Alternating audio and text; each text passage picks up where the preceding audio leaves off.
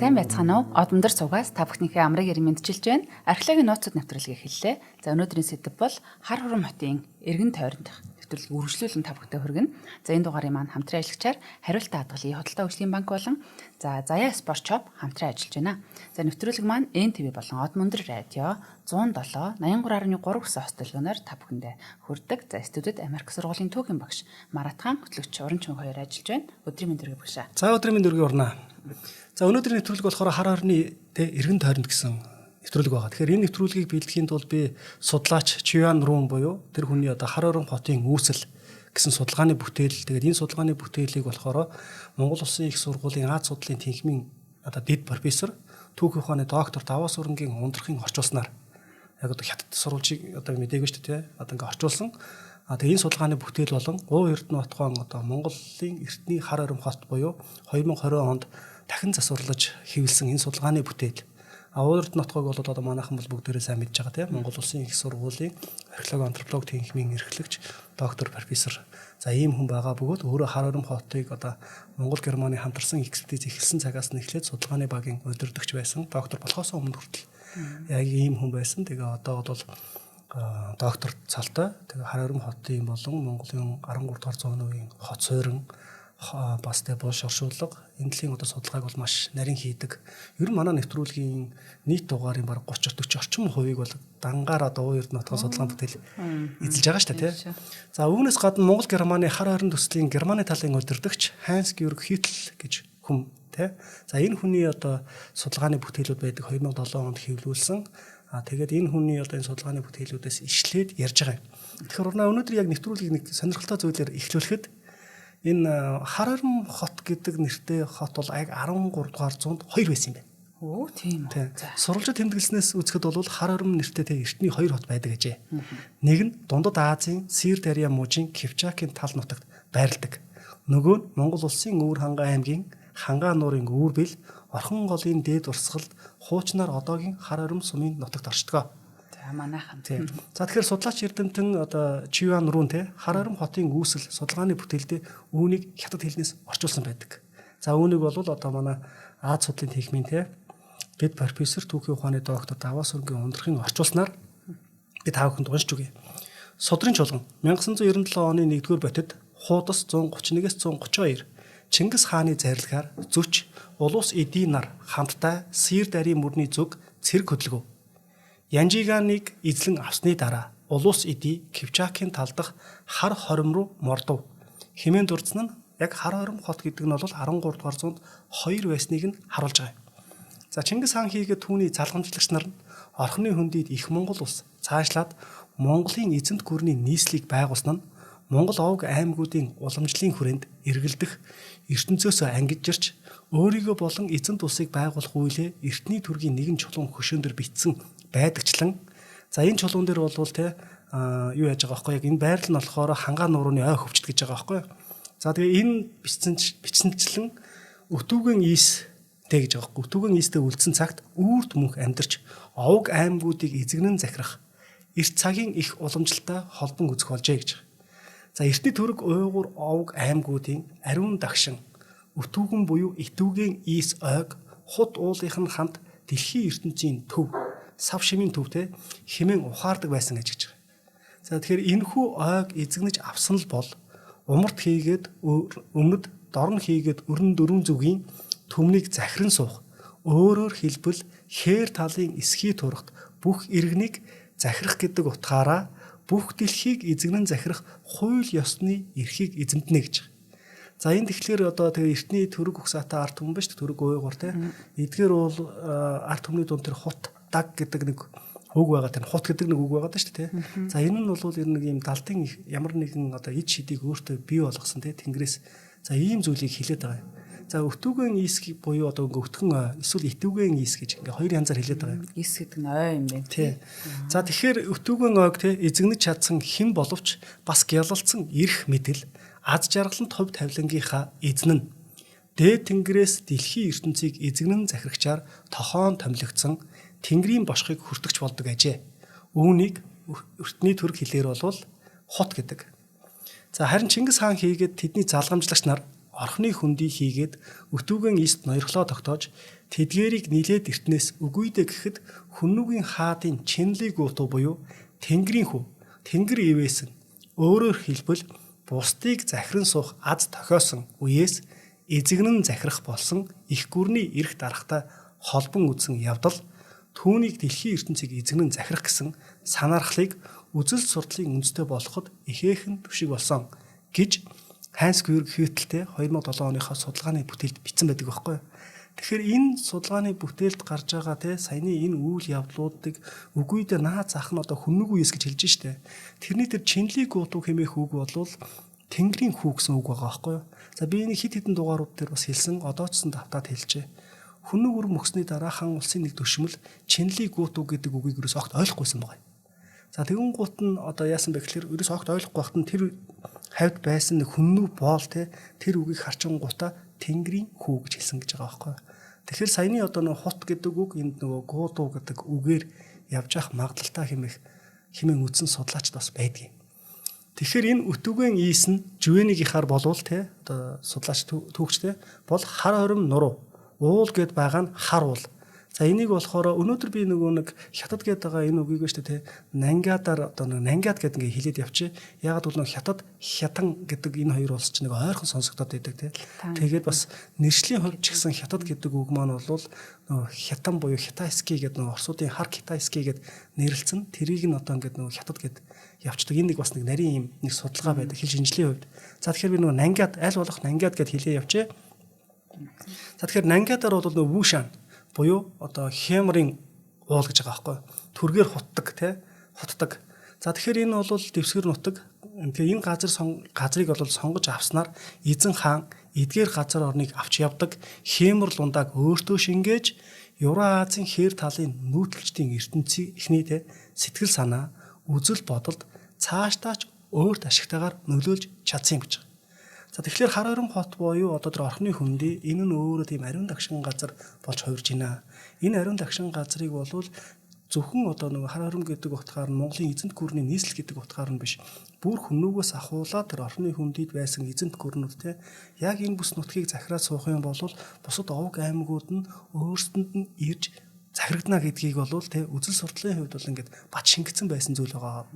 Аятайхан бас газар нутаг байж таарсан байна тэрийг сонгоод нь штэ. За мэдээж нөгөө нэг практик ач холбогдол нь бол бас маш хот сонгоход ямар газар байх вэ гэдэг зүйлүүд явагдана За тэгэхээр түрэг хэлнээ бол хотдог буюу хямр явуул эзэгнэн захирах ад жаргаланд хувь тавилангийн уул гэсэн утга санааг илэрхийлээд байгаа.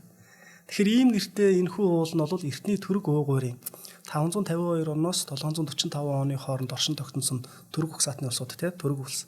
За тэрнээс 745 оноос 840 оны хооронд суусан уйгурын хаант улс. За яг эдгээр одоо хаант улсуудын хаадын үзэл суртлын хувьд онцгой үүрэг гүйцэтгэдэг гэж байгаа байхгүй. Хут хэмээх энэ ухагтгун нь эртний бусад улс оронд өөр үгээр боловч ижил утгатай эрх мэдлийн үзэл баримтлалд байдаг гэж. За тэгэхээр энэ бол ямар нэгэн тэнгэрийн ивэлийг хүртсэн өөртөө шингээсэн за нэг ийм зүйл болох гээд байна. Одоо нөгөө эртний Египт чинь одоо Ра буюу одоо нарны хүү нарны бурхан гэдэг ч юм уу эсвэл эртний хятадын одоо төрд улсуудад ч гэсэн тэнгэрийн хүү гэл ингээл явдаг шүү дээ. Тэнгэрт одоо яг эзэн аав нь болохоор дээд тэнгэрт 10,000 өрөөтэй ордонтой байдаг болвол тэнгэрийн хүү одоо Хуандын одоо энэ ертөнцид бол 9,999 өрөөтэй юм ордонтой байх хэвээр 10,000 болгож болохгүй гэдэг зүйл ч юм уу ийм зүйлүүд байгаад байдаг. За энэ бол ер нь дэлхийд дахинд аль ч улс орны эзэн хааныг одоо өөртөө одоо юм ашигтайгаар гэдэг ч юм уу ард түмнээ захирах энэ одоо үзэл суртлыг илүү гаргаж өгсөн зүйл байгаа. За энэ нь ч гэсэн одоо Монгол нутагт оршин тогтнож исэн эртний улсуудад байсан гэдгийн жишээ саяны нэг байхгүй. Тэгэхээр хутдаг гэдэг энэ хямрын уул гэдэг нь хар уул За хар ууланд эзэнт гүрний хийгээд түүний эзэн хааны сайн сайхан амьдрал хэмэр лундаа оршдог хэмээн үздэг гэж. Хэмэр гэдэг үг нь шууд хар болчлаа тий. Яг нөгөө хэмрийн уул гэж байгаа юм л да. Ерөнхий утгаар нь орчуулгаад гэж хэлээд байгаа юм. За тиймээс ч зарим судлаачид энэ уулыг Тэнгэрийн хайр ивэлийн баталгаа хэмээн нэрийцэн нь бас оновчтой болсон байгаа сте. За тэгэхээр одоо Леос бидний мэдхээр бол монголчуудтай угсаа гаруулын хувьд холбоотой хятан гүрний түүхийн сударт 924 онд эзэн хаан Апоки гэж байгаа. Апоки сүннүүгийн хуучин засаг захиргааны төв байсан муж руу аялсан тухай өгүүлсэн байдаг. За тэгээд тэрээр бол 9 сарын турш аялсны эцэст Уйгурын хуучин хотын балгас хар балгасын ойролцоо буудлангаа алтан голоос нь ус нөгөө хар уулаас нь хад чулуу авчрах тушаалыг цэргүүддээ буулгасан байна. За тэгээд эн чинь мэдээж нөгөө нэг саяны орхны хөндийгөөс л энийг чинь авах боломжтой шүү дээ, тий. За яагаад ингэж авсан бэ гэхлээр авсан ус болон чулууга тэрээр шар мөрний ойролцоо орших кеданчуудын ариун уул руу зөөлөгдөг. За тэгээд хаан алтан голын ус хар уулын хад чулуугаар тэнд хөшөө босгоод урд нэгэн цагт хятан гүрний хаад албан татвар төлөхөөр гол уул хүрлцэн ирж байсныг хойч үеийнхэндээ үзүүлэхээр шийдсэн гэж байгаа байхгүй. За энэ нь нөгөө нэг яг нүүдэлчдийн хямар лундаа байсан тэр алтан ус тэгээд хар уулын тэр хад чулууг авчирж байгаа л хөшөө босгосон байна шүү дээ, тий. За үүнтэй яг ийм тун төстэй бас Ян улсын сударт ийм нэг зүйл байгаа. Тэр нь болохоор уг төөхөд бол уйгурчуудын эртний уугуул нутаг хоолын нэрт уулд хоол юм те. Уулд бол туул сэлэнг хоёр голоос их авдаг, урсдаг тухай гардаг. За энэхүү хоолын нэрт уул нь хар уул. Тэгэхээр живэнигийн тэмдэглэлд үлдээсэн төрг уйгурын уламжлалдах хар хорим уул болж таарна. Хоолын буюу хар уулнаас холгүй мөнөх хемрийн уул байдаг ажээ. Ингээд уйгурын нэгэн домогт энэ үед ингээд нэг үйл явдлууд давхцах ийм зүйл болж байгаа. За уйгурын нэг домог байт юм байна л да. За энэ домогт бол уйгурыг анхлан үндэслэгч домогт бүх хаан. За эхийн хөвлөд ид шидээр бий болоод их дэлхийд мэндэлсэн гинэ. Нэг шүн тэнгэрээс гэрэл ойж хоёр голын завсар байрлах нэгэн модон дээр бууж ирснээс хойш 9 сар 10 хоногийн дараа тэр модноос 5 хөвгүүн төржээ. Тэр 5-ын хамгийн отхон хүүд бүх хаан нэр хайрлсан нь хожимо эзэн хаанд өргөмжлөгдөөд хөрс зэрэгэлдээ бүхий л улс орныг эрхэндээ оруулсан байна гэж. За тэгэхээр мэдээж уйгур улсын хамгийн анхны хаан бол Яклакар овгийн Фело гэдэг 1840 онд 745 онд Түрэг улсыг мөхөж гарч ирсэн ийм хаан байдаг. Тэгээд тэр хааны дараа Муйнчуур хаан нь Ордуу байлгт буюу хар балгас хотыг байгуулсан байгаа тийм. Яг бодит түүх нь бол тэгэхээр энэ бол нөгөө бүх хаан гэдэг бол нөгөө ард түмний дунд ингээ үлдсэн тийм домог яриа болж таарж байгаа байхгүй. За тэгэхээр энийг нөгөө хэдий домог боловч хар оримтой холбоотой энэ түүхэн үйл явдлууд гарч байгаа учраас тийм давхар дурлаж байгаа шүү гэдгийг сонсогч нартаа бас давхар хэлье. За тэгээд яг тэр бүх хаан байж тийм түүний 13 дахь үеийн өв залгамжлагч нь нэгэн хүчрхэг хаан байж. Тэгээд тэр бол яасан бэ гэхээр Нангад улс руу Нангад улс гэдэг нь тухайн тан улсыг хэлж штэ уулгалан довтлсонд Нангадын хаан түүнтэй эвсэл байгуулад холбоотон болохын тулд нэгэн Нангад гүнжийг түүнд эхнэр болгон өгсөн гэдэг гэж байгаа. За яг л нөгөө хүннүүгтэй адилхан Сямбитай адилхан гүнжээ өгж байгаа байхгүй. Тэгээд тан улсын эзэн хааны элч уйгурын эзэнт гүрний хил хязгаар тулж ирмэгцээ уйгурчуудыг юм бусдыг захирдаг давмгай байдал нь өнөөх хямрын уулыг эзэгнэж байдагт оршдог тухай олж мэдсэн байгаа. За ингэн гутаа энэ уулыг сөнөөж ярихвал нэг бол эзлээд эзэгнээд авбал уйгурчуудын хүч чадалд оройтож биднэр рүү ахиж довтлохгүй нэ гэдэг зүйлийг бодсон байгаа байхгүй. За тэгээ үүнийг мэдж авсан нөгөө элч маань зал хэрэглээд хятад гүнжийг өргөн барьсны хариуд хямрын уулаа өгөхийг уйгурын нөгөө бүх хаанаас хүсжээ. Хаанч үүнийг зөвшөөрж Нангадууд нөгөө уулаас хэсэг хэсгээр нь эмтлэн тэрэг тэргээр нь ацаар Нангадын нутагт зөөж авчирсан гэж байгаа байхгүй. Яа сайхтар. За тэгэхээр хоёул домог ярьж байгаа тий. За тэгэн гут яг үүнээс хойш 7 хоногийн дараа хаан тэнгэрт халин отож бослого тэмцэл байгалийн гамшиг уйгур улсыг нэрвжээ. Тунч удалгүй уйгурын хүч тэнхэл барагдаж ард олон дөрвөж одоос аргуйдсан байна гэж. За тэгээ өрн зүг өнөөгийн Шинжаан уйгурын Шинжаан уйгур гэж байна шүү дээ. Энэ мужийн нутаг руу явсан гэж байгаа байхгүй. За хоёулаа хамтран ажиллах чадныг танилцуулгаа тий. За бас л нөгөө гэрлээс өөр хөвгт гардаг энэ түүх бас давтагдж шүү гараа явна тий. За өнөөдрийн маань нэвтрүүлгийн хамтран ажиллагчаар Худалдаа үйлчлийн банк маань ажиллаж байна. Тэгээд үрждэг сар хариултаа хадгалъя гэдэг. Үрждэг сар гэдэг нь болохоор энэ 5 дугаар сарын 13-ны хүртэл та бүхэн маань хариултаа хадгалын үйлчлэгээр олсон 25 мянган төгрөгийг 2 дахин үржүүлээ 50,000 төгрөг болгож өгөх ийм үржүүлж өгж байгаа ийм сар юм аа. Тэгэхээр надад бол энэ худалдаа хөгжлийн банкны нөгөө альва зүйлийн савыг нь бэлдээд өгнө гэдэг нь ер нь их чухал байдаг байхгүй. Одоо гэрийн тавилга тавилж бай, одоо гэрийн идэ цагаач бай те ил тавьчвал хүн ингээ идэнэ. Далд тэгээд эсвэл өөр газар тавьснаас болоод тэр одоо идэхгүй мууддаг ч юм уу те. Тэгэхээр одоо такси үйлчилгээнд дээр ч гэсэн энэ бол ер нь айгүй олон юм дээр гардаг юм зүйлэлтэй. Одоо яг тэр нөгөө нэг хэрэглэгдэхүүн тэр сав нь ингээд бэлэн ингээд байж гэн гэдэг нь надад ингээд айгүй гой санагдаж байгаа. Бид нар одоо мөнгөө яаж хадгалах вэ? Хэдийн хийх вэ? Хизээ хийх вэ гэдэг алийг ч ингэж бодох шаардлагагүй ийм гоё үйлчлэгийг тань санал болгож байгаа гэсэн үг. Тэгэхээр та бүхэн маань за худалдаа хөгжлийн банкн дээр очиод одоо юу яах юм хариултаа хадгалъя гэдэг үйлчлэгээ та 1000 төгрөг юм уу одоо 1000-аас 5000 төгрөг хүртэлх хариултаа ингээд байнга татагдчих яхаар гэрээгээ хийчих юм. Тэгэл ерөөсөө та тэр картаа ашиглаад явхад таны хуримтлал зүгээр ингээ хараа янда үүсэж явна гэсэн үг. Тэгээд энэ 6 сарын ийм одоо хадгаламжийн эрэхтэй ийм дансны. Тэгэхээр 6 сарын дараа энэ мөнгө манаас хөөхөн болчдөг одоо ийм түүхүүд манай од мундрынхан дунд бас зөндөө байна. За та бүхэн маань хэрвээ одоо очих боломжгүй бол энэ дэлгэцэн дээр гарч байгаа QR кодыг уншуулад TDB онлайн аппликейшнаа татаад одоо энэ 6 сар ба түүнээс дэш хугацаатай хадгаламжийн дансаа нээгээд харилцах дансатайгаа холбоод энэ үйлчлэгийг ингээд шууд ашиглах боломжтой.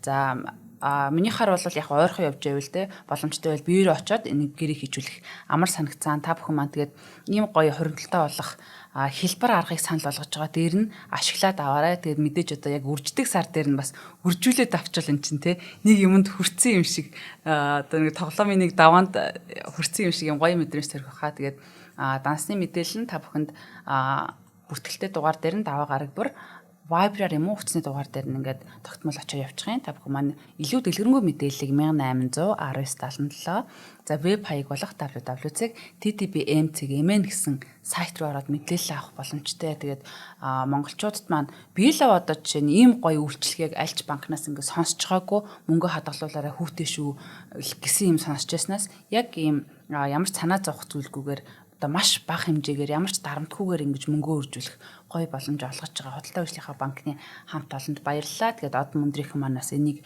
ашиглаад аваарай гэж уриалъя. За баярлалаа. За урна энд нэг айгүй гоё комент бичсэн байна. Тэрийг би нэг уншаад өгчөө. За. Манай нөгөө нэг яг энэ шууд нэвтрүүлгийг лайваар бас 1000 гаруй гишүүн те алтан гишүүд гэдээ үздэг.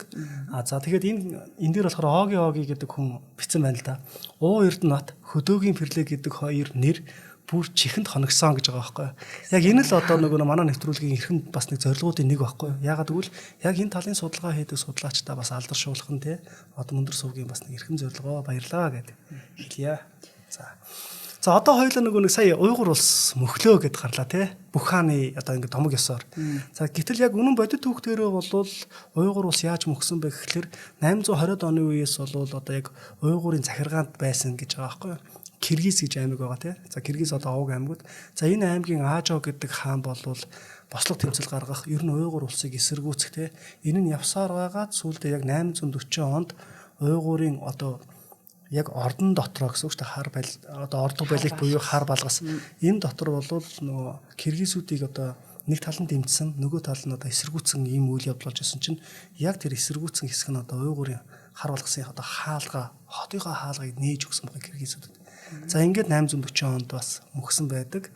Тэгэхээр энэ үйл явдал бол өөрөө яг хэдий домог юм шиг боловч цаад утгаараа болов тэр орхны хүндий тэнд одоо хаанчлах гэдэг нь ямар чухал болох вэ гэдгийг одоо Ян улсын судрын одоо нэг хойлын уулан те живэнигийн тэмдэглэлд гардаг хар орим уул буюу хангаа нур мөн гэдэгт эргэлзхийн хэрэггүй гэж байгаа байхгүй. За тэгэхээр энэ бол уйгурчуудын гарал үүслийн тухай домгийн бас нэгэн сонирхолтой хуулбар энтэй холбоотой гэж байгаа. За энэ холбоотод нь болохоор саяны одоо энэ домгоос шүү дээ арай жоохон өөр гэхдээ нэлээд төстэй. За энэ домог ёсоор бол туул сэлэнг хоёр мөрний уулзуур газарт хоёр мод ургасан байжээ. Тэр хоёрын дунд орших намхан толгой дээр тэнгэрээс нэгэн гэрэл бууж ирсэн гин. Түүний дараахнаас уг толгой урган томорч эхэлсэн бөгөөд удалгүй түүн дээр маш гайхамшигтай үзэгдлүүд ажиглагдах болжээ. 9 сар өнгөрсний хойно толгой ханзар нээгдэж дотроос нь мөнхүү толгойтой адилхан хэлбэр бүхий 5 жижигхэн гэр гарч ирэв. Гэр бүрийн дотор бяцхан хүүгэн суух аж. Хамгийн отхон бүх тгийн гэдэг нь одоо яг эрт төргөр бол хунтааж гэсэн үг тийм. Бүх тгийн хожимо уйгурын анхны эзэн хаан болжээ. Бүх тгийн гэрлээс төрсөнтэй адил түүхийг монголчуудын ургийн их алангуй эхийн домгоос бид мэднэ. Түрүүн яг өөрөж хэлсэнтэй. Христийн томгч гэсэн. Яг үнэ. За жам ёсороо төрсэн ахмад хөвгүүд бэлгүнүүтэй бөгүнүүтэй нартаа хандаж алангуй эхийн хэлсэн үг бусдыг захирах эрх мэдэл хууль ёсны болохыг Тэнгэрийн гэрэлтэй холбон үздэг байсны тов тодорхой баримт мөн. Өөрөөр хэлбэл энэ нь ямар нэгэн дохио болохыг баталж байна. Эдгээрийг Тэнгэрээс илгээсэн хөвгүүд гэрлээс бий болсон 3 хөвгүүдтэй та нар эднийг яаж хар толгойтой энгийн ардтай адилтгаж чаднам. Тэд эзэн хаад болсон цагт энгийн ард иргэдтэй энэ учрыг ойлгох болно гэж хэлсэн байдаг. За тэгэхээр одоо хоёулаа Монголын нус товчоо руу хальтраад орсон дээрээ хэлэхэд Монголын нус товчоо болвол ер нь яг ингээд Чингис хааны намтар гэсэн үг шүү дээ, тий. За ингээд Чингис хаан зориулсан одоо ном. За тийм учраас Чингис хааны тухай Чингис хааны ер бусын тий Чингис хаан ч гэсэн одоо ард түмэндээ хүлээн зөвшөөрөгдөх ёстой. За тэгээд Монголын нус товчоо Чингис хааны ер бусын гэдгийг нь 3 удаа гаргаж хэлсэн байдаг тий. Дээд Тэнгэрээс заяат гэж эхэлж байна. Нус товчоо. За тэгээ алангуй ихийн одоо гэрлээс одоо жирэмсэн бодончор монхын өр удам гэдээ явчихж байна. За тэгвэл гоотой 3 дахь нь болохоор ихээс төрөхтэй тэгээ баруун гартаа шагаан чинээ нүж атгсан. За энэ 3 нийлэнгуудаа одоо Чингис хаан бол ер бусын хаан гэдгийг ард түмэн нийтээрээ хүлээн зөвшөөрөгдөх одоо энэ хууль ёсны эрхийг нь бас гаргаад өгч байгаа байхгүй. За тэгвэл одоо бүх хааныхаа түүхийг эргэн нэг харъя. За бүхтэй нэг. За нэгэн өдөр охины дүрд хувилсан сүнс бүх хааны зүүдэнд хурч ирээд түүнийг Хямрын уул руу аваачиж тэндээ 7 жил 6 сар 21 хоногийн турш шүн бүр хамтдаа зөвлөлдөв. Хамгийн сүүлийн шүн нөгөө охин бүх хаанд сайн нэг юм учрыг нь тайлж түүнийг бүх дэлхийг захирсан эзэн хаан болно гэж хэлжээ. Ингээд тэрээр Монгол, Киргиз, Тангууд, Нангиад, Угсаатныг иргэшээлдээ оруулсны дараа орхны хөндий рүүгээ асар их ол цомогтой иргэн ирсэн ажээ. Өөрийн нийслэл ордуу байлиг буюу хар балгасыг тэнд үүсгэн байгуулав гэж домогт гардгаа гэж. За тэгэхээр ордуу байлиг буюу 1751 онд байгуулагдсан энийг бол сая нэг яг бодит түүх нь бол одоо Яклакаровгийн фело түүний хүү Яклакаровгийн фело уйгур улсыг байгуулад 2-3 жилийн дараа буюу 747 онд нас орж байгаа юм. За ингээд Моинчур гэдэг хаан те уйгурыг эзэлж одоо уйгурыг аавхаа залгамжилж хаан болоод за тэгэн гот 751 онд орхны хүндийд ордуу байлиг буюу хар балгасыг байгуулсан байхгүй. За тийм ч учраас нөө хар хорин хотыг хар балгастай андуурах энэ үйл явдал болоод идэг. Хоёулаа л яг адилхан орхны хүндийд байгаад идэг те. За тийм учраас одоо хар балгас хар хорим хот гэдэг нэр томьёо те энд ингээд нэг цуг яваад байгаа шалтгаан нь бас ийм юм. За түүнчлэн бүх хаан ертөнцийн 4 зүг 8 зохисыг эзэгнэн суусан хаан хэмээн нэрлэгддэг гэвэл Төв Азийн туйлаас бидний мэдэх болсон эзэн хааны баатар эрийг те одоо мөн л одоо Жувенигийн бичиж үлдээсэн өөр нэг хөлбөрт таарладаг үлээ гэж. За энд тоймлон тайлбарлсан цаад учир шалтгаанаас нь үзэхэд төр барих эрхийг хууль ёсоор баталгаажуулах үүднээс хизээнээс ариун дагшин газар гэж үзсээр ирсэн уламжлал бүхий орхны хүндий буюу эртний төрөг уугуурын өтүүгэн ийс итүүгэн ийстэй нутагт эзэнт улсын ирээдүйн нийслэл хот байгуулах газрыг зориудоор сонгож авсан болох нь ойлгомжтой төдийгүй яа харахгүй тийм дүгнэлт гарч байгаамаа гэд ингэ үтсэн байгаа байхгүй. За эзэнт гүрний нийслэл хотыг байгуулах газрыг зөв сонгосноор дэлхийг эзэгнэн захирах эрхийг бүх талаар хүчин төгөлдөр болгож хөлөөн зөвшөөрөх үзэл сурталын чухал үндсийг тавьсан гэж одоо Эрдэмтэн Рүүгийн одоо үтсэн байгаа байхгүй. Тэгэхээр эзэнт гүрний ирээдүйн нийслэл хотыг хар хормын орчинд байгуулахаар товлсныг ертөнцийг байлдан дагуулагчийг зориуд гаргасан шийдвэр хэмээн ойлгож болох ба тэрээр өтүүгэн ой буюу итүүгэн ийс хоолын те буюу хар хорин муулыг эзлэн авч өөрийн болгосноор ертөнцийг эзэгнэн захирах эрхээ тал нутгийн Монгол угсаатны бус ард олноорч хууль ёсны хэмээн хүлээн зөвшөөрүүлж чадсан юм а. Чингис хаан хэлж байна те.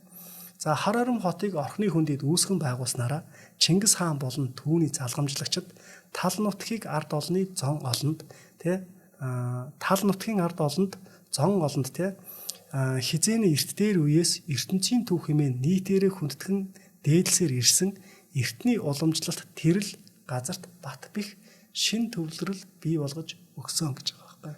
ертөнцийн төв гэж тий. За тэгэхээр судлаачдын үзэж байгаагаар за сая хоёлоо ингээ томог ярьлаа шүү дээ тий. Судлаачдын үзэж байгаагаар бол орхон голын эхэнд Харарам хотыг барьсан 3 шалтгаан бий гэж. За энэ нь болохоор сая нэг өнөө судлаач одоо хятад тий одоо бүгд найрамдах хятадд улсын иргэн өвөр Монгол судлаач сая судалгааны ихэд хэлсэн тий. За энэ яг орчуулсан нь болохоор Монгол Улсын их сургуулийн Аз судлалын тэнхимийн дэд профессор доктор ундрахын одоо судалгааны бүтээлээс биежилж ярьж байгаа. За энэ дээр бол орхон голын эхэнд Харарам хотыг барьсан 3 шалтгаан бий. Нэгдүгürt Харарам хотыг эргэн тойронд гол ус элбэг, ургамал ихтэй, үзэгсэлэнд байгаль, таата уур амьсгал, байгаль газар зүйн дээд зэргийн орчин нь газар сонгож хот байгуулахад дэмжлэг болдог. Яг түрүүний өөрөө ч хэлчихсэн үг байгаа л да тийм угаас. За хоёрдугаарт Монголын тэгш өндөрлөгийн ард тал нь улс төрийн газар зүйн үүднээс авч үзвэл төв хэсэгдэх байрлал нь эргэн тойрныхондоо зарлиг түгээхэд тохиромжтой гэж. Энэ нь одоо Харарам хот одоо ч гэсэн яг л Өвөрхангай аймгийн Харарам бол яг Монголын нийт газар нутгийг харах юм бол нэгэн төв рүүгээ ороод явчихна тийм яг төв хэсэг рүү ороод явчихна.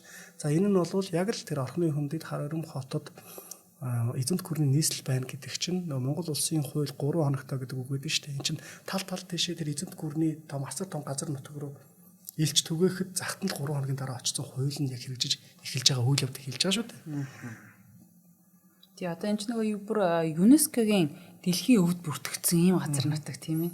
Яг үнэ. За 3 дугаарт орхон голын сав газарт эрт дээр үеэс эртний нүүдэлчд хамт амьдарч байсан газар байсан. Тэ?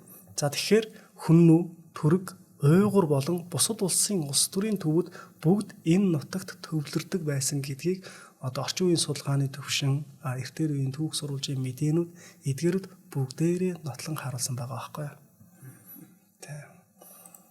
За Ханс Георг Хютл.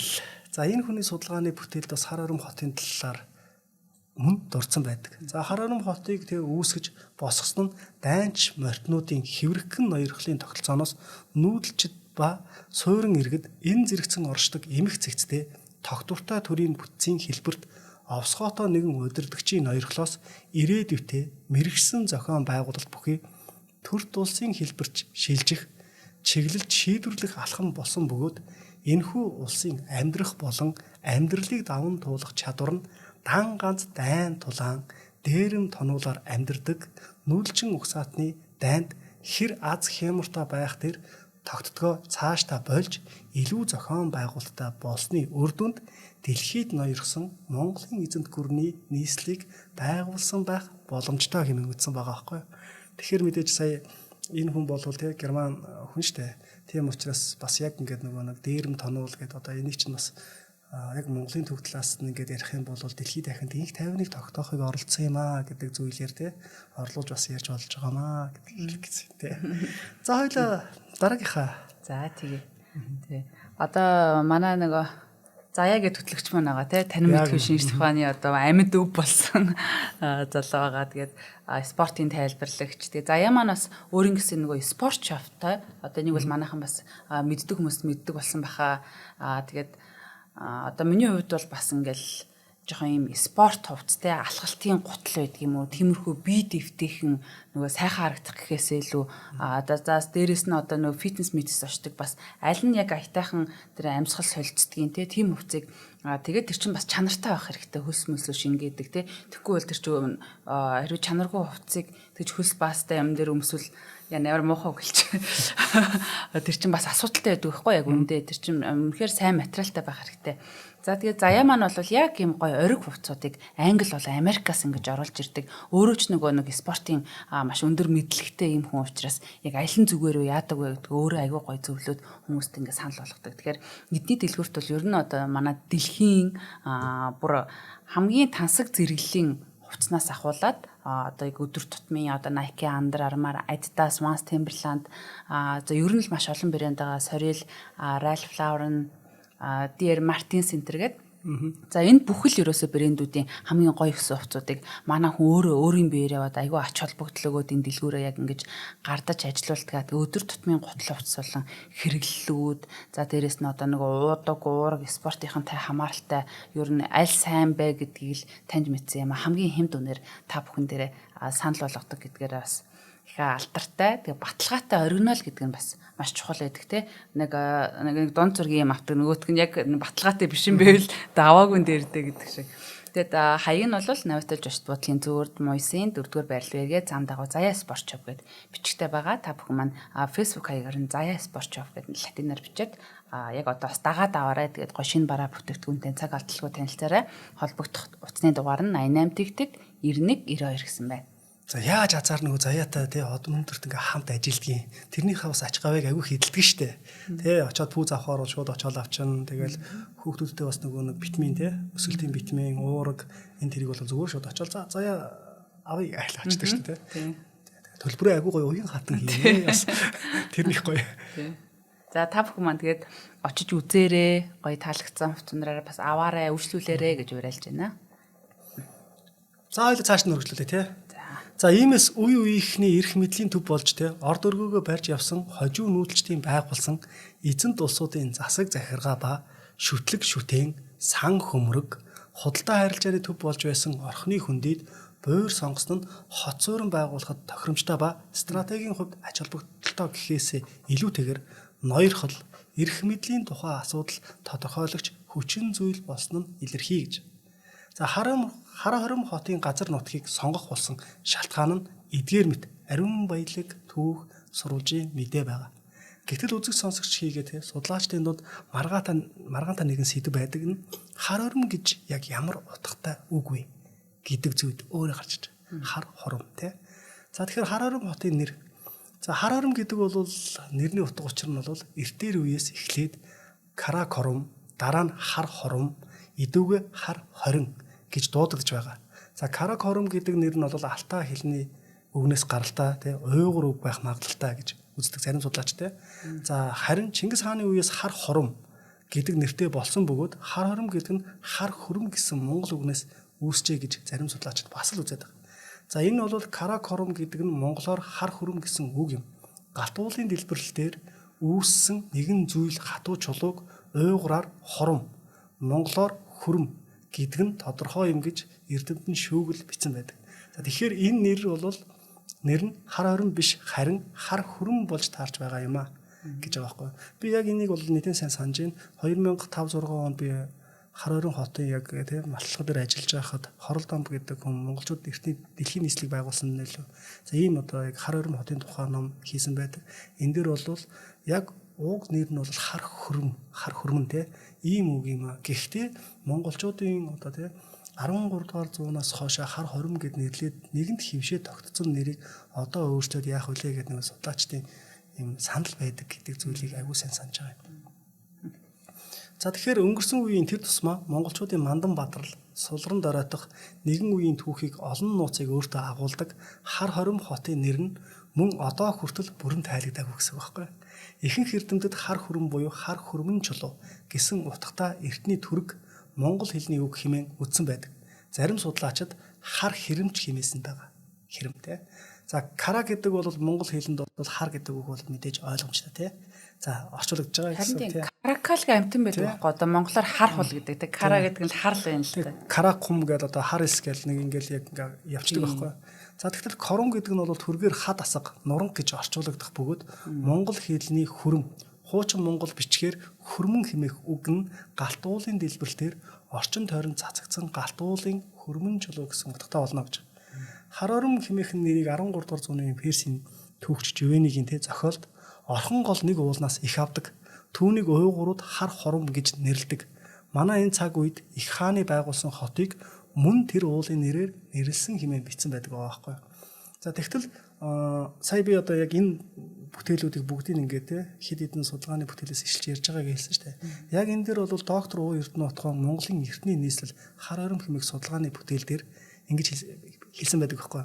Хэрв та орхон голын дагуу хуучин хар хормын зүг явж үдсэн бол энэ нь юуны тухай өгүүлж байгааг төвгүй мэдэх визээ. галт уулын гаралтай хар хөрмөн чулуу тэгээ бул чулуунууд зам зуур хаа сайгүй хөглөрсөн байдаг шүү дээ. Эндээс үзэхэд хар хором гэдэг нь угтаа тэр хавийн газар нутгийг бүхэлд нь нэрлэж байсан нэр бололтой гэж тогтдог гэж байгаа байхгүй тэгээ боддогоо гэж. Тэгэхээр нэрийн утгыг арай өөрөөр бас тайлбарласнаас бас авч үзэж бас болох юм. За энэ дээр орлол мэдээж хар хором гэдэг үг бол хар хором гэдэг ингээ хоёр үгнээс бүтэж байгаа сте.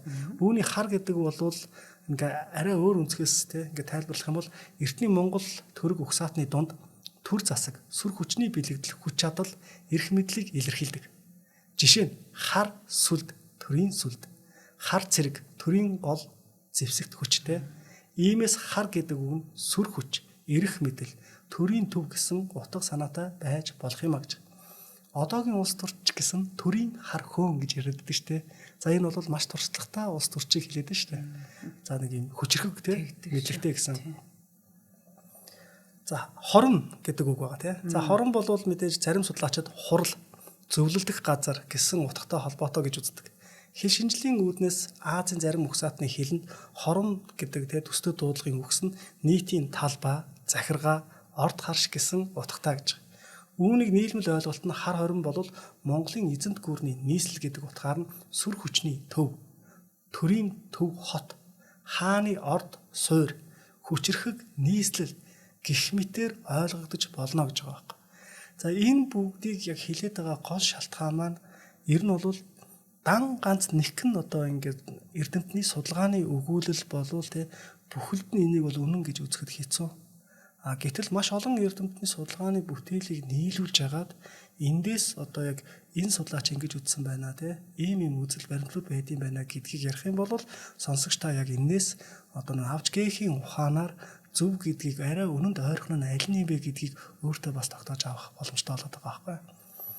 За орхны хөндийн хар хормыг тэг улсынхаа нийслэл болгосон нь 1220 он боловч үүнийг өргөдгөн барьж жинхэнэ хотын дүр төрхтөө болгох ажил Өгөөдө хааны үед 1235 онд биелэлээ олсон. Рашид ад-Дины судрын чуулганд бичснээр Өгөөдө хаан ямар хот энэ дэлхийн хамгийн сайхан сүрлэг хот вэ гэж асуусан гэж байгаа байхгүй хүмүүсээс. Тэгтэл тэнд байсан хүмүүс бүгдээрээ Багдад гэж нэрлсэн хэлсэн байгаа юм. Багдад гэдэг. За тэгэнгუут нь тэ яг ингээд тэр орхон голын хөвөнд том хот бариулж хар хором хэмээн нэрийдэх зарлиг болгоо. За яг энэ талаар болохоор Юан усын сударт өгүүлснээр Нангадын уран барилгач Лив гэж байгаа байхгүй. Миний удирдлагаар жил хүрэхгүй хугацаанд 1236 оны хавар хар хором хот дахь Монголын их хааны Түмэн амгалант ордны барилгын ажлыг дуусгаж ордныг барьж төгсгсөний баяр их найр хором хийж олон газрын зочид төлөөлөгчд ирж оролцсон гэж байгаа байхгүй. Тэгэхээр энэ талаар бас ингээд судрын чуулганд бас ийм үг байгаа. Өгөөдө хаан тэрээр өөрийн нийслэл болгож дүүнэр болон тэдний хөвгүүдэд мөн тэнд байсан бусад хан хөвгүүдэд ойр орчинд үзэгсэлэнд орд бариулахыг зарлиг болгожээ. Тэд цөмөөрөө зарлигийг дагаж орд харш байгуулад дуусахад эдгээр нь томоохон цогцлбор болсон ажээ гэж байгаа. За энэ бүхнээс үзэх юм бол яг Өгөөдө хааны үед бол хар хорин хот цэцгэлэн манцаан гэж. Гэтэл Өгөөдө хааны яг төр барьж исэн зүйл бол Өгөөдө цэцэн хаан гэж нэрлэдэг шүү дээ. Тэгэхээр Өгөөдө хаан бол маш өгөөмөр, нэнжин сэтгэлтэй, бас дээрэс нь ядуус тусалдаг тий. Доор хүмүүст ингээд тусалдаг, худалдаачдыг өөртөө татсан яг ийм хаан байсан байгаа байхгүй. Ийм ч учраас хар хорин хот руу чиглэх одоо маш олон өөр улс үндэстний тий олон шашин шүтгэхтэй хүмүүс ирж яг тухайн үед 13 дугаар зууны үед арчлал хэмээх баг ийм эзэнт гүрний дунд хотод амьдарч болж исэн энэ жишээ хэлээд байгаа. Одоо тэр 12 сүм тий тэр дундаа тэр олон шашныг тэрийг одоо нэг шашныг хэдэн хүн шүтэх вэ? Хаанаас ирсэн хэн шүтэх вэ? Тэ бид нар өөрсдөө шүтэх юм уу буюу энэ бүгдийг ингэж гоё төвлөрүүлж одоо нэг хүмүүн төрлөختөн ч ямар их ялгуурлан гадуурхамтгай байлдавтгай байлээ тэ. Тэгтэл энийг яг тэгж удирдах байсан тэр хааны тэр алсын хараа гэх юм уу тэр нь бол үнэхээр ингээд байж боломгүй юм а гэж бодогдмоор тэ. За би ч нэг жишээ л яриад байгаа. Өгөөдө хаан нэг удаа ингээд юунд явсан юм байна л да. Ордон дотор явж исэн юм байна. За ордон дотор ингээд явж исэн чинь хааныхаа ордон дотор хар хором хот дотор явж байгаа гэсэн үг шүү дээ. Хот дотор явж исэн чинь яг худалдааны төвийн хажуугаар явж исэн чинь маш олон янзын жимс ингээд өлөө тавьсан юм байна л да. Тэгэнгუут нь тэрний хажуугаар явж байхдаа шүлсээ зэлгээд өнгөрчих. За тэгээ яг ордондоо очингуудаа нэг мөнгөн гулдмаг ингээд төшмөлтэй өгөнгуудаа тэнд байсан худалдаачны тэр лангуун дээр байгаа бүх жимсийг худалдаад аваад ирсэн байгаа байхгүй. За тэнгуут нөгөө одоо төшмөл нь очиод бүх жимсийг нь худалдаад авсан чинь нөгөө өгж явсан мөнгөн гулдмааны одоо 4/1-ийг л өгсөн байна. 25% гэсэн үг байхгүй. Нийт төлсөн одоо тэр өгөөд хааны төлсөн төлбөрийнх нь 25% нь аваад ирж байгаа байхгүй. За ингэнгуут нь нөгөө чи бүгдийг ингээд л сайхан те ингээ харангуудаа зарим нэг амсч үзэнгуудаа ийм олон баялаг те ийм их жимсийг нэг гулдмаа зоосоор аав гэдэг бол бас ч гэж айгу сайхан хот те ийм сайхан хотод байна шүү дээ гэж хэлсэн байгаа байхгүй. Гэтэл нөгөө төшмөндөл нь үгүй харин ч зүгээр нөгөө 4/1-ээр нь авсан үлдсэн ийм хариулт нь байгаа гэд хэлсэн чинь өгөөдөө хаана тэр хариултыг нь те буцааж өг. Тэрнээс гадна ахаад 10 гулдмаа нэмж өг гэсэн байгаа байхгүй. Нэг гулдмаа ч үлээ би яг энэ дэр нэг алж иж магадгүй. Ахаад нэмж өг гэсэн байгаа байхгүй. Тэгсэн чинь төшмөл нь яагаад гэд асуусан чинь тэр энгийн худалдаачинд яг одоо бол нэг амьдралынхын туршид ийм 8 ахиж хизээж гарахгүй гэж хэлсэн байгаа. Тэгэхээр тэр эзэн хаан тэр төр дундаж давхаргын тэр худалдаачнаа хэр дэмжиж гинэ гэдгийг хар орон хотын одоо өдөртөгч өгөөд хаанаас харж болохоор байгаа байхгүй. Яг ийм өгөөд хааны 10 жишээ байгаа. Оо тийм үү, ямар гоё жишээ. Одоо тэр худалдаач нь ч бол тэнд бол нэг гадны хүмүүсээс худалдаа эрхлээд байгаа байлуу тий? Тийм, тэр худалдаач мэдээж гадны хүн байгаа л да. Жимс хийднес зарж байгаа юм. Тэгэхээр тэр гадны худалдаачд буюу гадаадын хөрөнгө оруулалтыг хар хорин хот руу татчих гэсэн үг шүү дээ. Тухайн үеийн тий. Хөрөнгө оруулалтыг татчих. Одоо манайхан ч яадаг вүлээ. Бас юм үлээ. За. За хоёлаа өнөөдрийнхээ дугаараа ингээд өндөрлөх үү. За тэгье. За одоо тэгэхээр сонирхолтой байлаа. Тэгээд хар хорим хот миний өмнө бодож ирснаас одоо бид нар жишээлбэл одоо Ром, Египт юм уу дэлхийн ингээд мундаг барилгатай түүхтэй юм улсуудын одоо барилга байшингийн талаар одоо хүртэл хадгалж үлддэг юм уу түүхэнд бичигдсэн зэргээс нь ингээд шүтэж биширж ирсэн хүмүүс. Тэгээд яг энэ хар хорим хотыг одоо яг тэдний тий адилхан ийм хоттой ийм улс гэдэг дээрээ дээгүүрт ордог гэдгийг мэдэх тэр мөч. Тэгээд хар хорим хот бол ийм гайхалтай том хот тий одоо дэлхийн хамгийн их газар нутгийг эзэмшижсэн тэр улсын хот гэдгийг мэдэх ингээд Монгол хүн бүрийн зүрхэнд ингэж бас гоё очийг хасааж идэг ийм явдлыг бас Маратагч маань гоё дэлгэрэнгүй тий нэг үрслээ ингэж ярьж байгаа. Танд бас их баярлалаа. За баярлалаа. Надад гинт урнаа яг чамаа ярьсан чинь нэг зүйл санаанд орчлоо. Зүгээр яг манай сурагч нар хэлдэг байхгүй. Багшаа та одоо хар балгастай ордуу баликийг ярьж байгаа байхгүй. Тэр чинь бас асар том хот байхгүй. Сүүлийн судалгаар бараг 50 км квадрат гэж байгаа байхгүй. За тэгвэл тэрний талаар чи би нэг хүүхдүүдэд ингээл багш нь ингээл хааны ордонд эндээ улс төрийн төвөнд тэндээ хааны ордны гадаа зохион байгуулалтны хэрэм цайз бэхлэлт тэгэл урдаа хаалгата хойно хаалгатаа гэл яг түүгүүд мар норонгууд гэл ингээд ярихаар хүүхдүүдэд амар гоё ярьж байгаа байхгүй. Тэгж байгаа яг нөгөө яг тэр хар балгасынхаа зургийг харахаар хүүхдүүд багшаа та өөр ингээ ярихтаа амар гоё ингээд нүдэнд харагд би тийм амар гоё хотгоч чи зүгээр шороогдод байгаа юм. Тэр нөгөө 800 жилийн өмнөх хоцоорон ярьж байгаа нүүдэлчдийн 800 жилийн өмнөх хоцоорон ярьж байгаа гэдгийг бас давхар ойлгох хэрэгтэй шүү. За гэж ингэж жил ярьж байгаа юм чи. Харин яг үнэ. Одоо жишээлбэл ихэнх хүмүүс ч юм уу эсвэл магадгүй нөгөө мэдхгүйгээс болоод би ч гэсэн хар хорим хот гэхээр за нэг тийм сүртэй юм байгаагүй болов гэсэн яг гаднаа илэрхийлэхгүй ч гэсэн дотроо нэг тиймэрхүү мэдрэмж ингэж яг үнэндээ ингэж тээж байсан боловч яг үнэхээр ингээ мэдээд ихсэн чинь тэр үнэхээр том хот байсан юм байна. Үнэхээр яг дэлхийн төв байсан юм байна гэдгийг бас мэдрэх ингээ жинхэнэ ингээ одоо мэдрэмжээрээ тэрийг хүлээж авах ч айгүй гоё юм билээ. Тэгээ баярлалаа багшаа. Хамтдаа ирсэн үзэг сонсогч та бүхэндээ их баярлалаа. Нэвтрүүлгийн хамтран ажиллагчаар үрждэг сар хариултаа хадгалын худалдаа хөгжлийн банк, за Заяа спорт шоп маань хамтран ажиллалаа. За нэвтрүүлэг маань НТV болон Хот Мундар радио 107 83.3 гэсэн хостолгоноор та бүхэндээ хүрэлээ. Дараагийнхаа дугаараар ирэх болцъё та. За баярлалаа. Нэвтрүүлгийг хүлээн авсан Нарны аймгийн монголчуудаа баярлалаа. Хот Мундар суваг энэ мэтлэн танин мэдхүн 1000 хөтөлбөрийг 2025 оны 7 сарын 1 хүртэл та бүхэнд хүргэх юм. Их хэлээрээ шинжлэх ухаан танин мэдхүх түгээхийн үйлсэд та нэгтгэх хүсвэл бидэнд таньд өгөх боломжтой. Нэг нэвтрүүлгийг 100 төгрөгөөр буюу 1000 нэвтрүүлгийг 100,000 төгрөгөөр үнэлээд та биднийг дэмжээрэй. Жилдээ ганцхан удаа 100,000 төгрөгөөр дэмжснээр шинжлэх ухаан танин мэдхүг түгээх энэ үйл хэрэг таны оролцоотойгоор амжилттай үргэлжлэх юм а. Зандан хүү миний нэр дээрх голомт банкны данс байгаа. 30 15 15 942 30 15 15 942. Та 100,000 төгрөгөөр шилжүүлэхдээ гүйлгээний утга дээр нь өөрийн нэр болон утасны дугаараа заавал бичээрэй. 100,000 төгрөг хандвалснаар од өндөр сувгийн алтан гишүүн болох юм. Шинжлэх ухаан таны мэдхгүй Монголд ялах болтугай.